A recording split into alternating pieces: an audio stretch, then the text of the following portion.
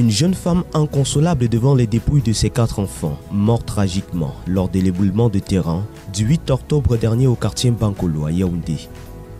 Comme eux, la plupart des décédés de ce drame entament ce 5 janvier à l'hôpital central de Yaoundé, le dernier voyage terrestre.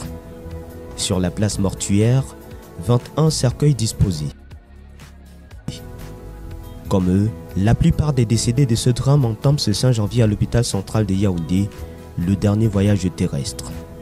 Sur la place mortuaire, 21 cercueils disposés. Comme eux, la plupart des décédés de ce drame entament ce 5 janvier à l'hôpital central de Yaoundé, le dernier voyage terrestre. Sur la place mortuaire, 21 cercueils disposés. Comme eux, la plupart des décédés de ce drame entament ce 5 janvier à l'hôpital central de Yaoundé, le dernier voyage terrestre. Sur la place mortuaire, 21 cercueils disposés. Comme eux, la plupart des décédés de ce drame entament ce 5 janvier à l'hôpital central de Yaoundé, le dernier voyage terrestre. Sur la place mortuaire, 21 cercueils disposés. Comme eux, la plupart des décédés de ce drame entament ce 5 janvier à l'hôpital central de Yaoundé, le dernier voyage terrestre.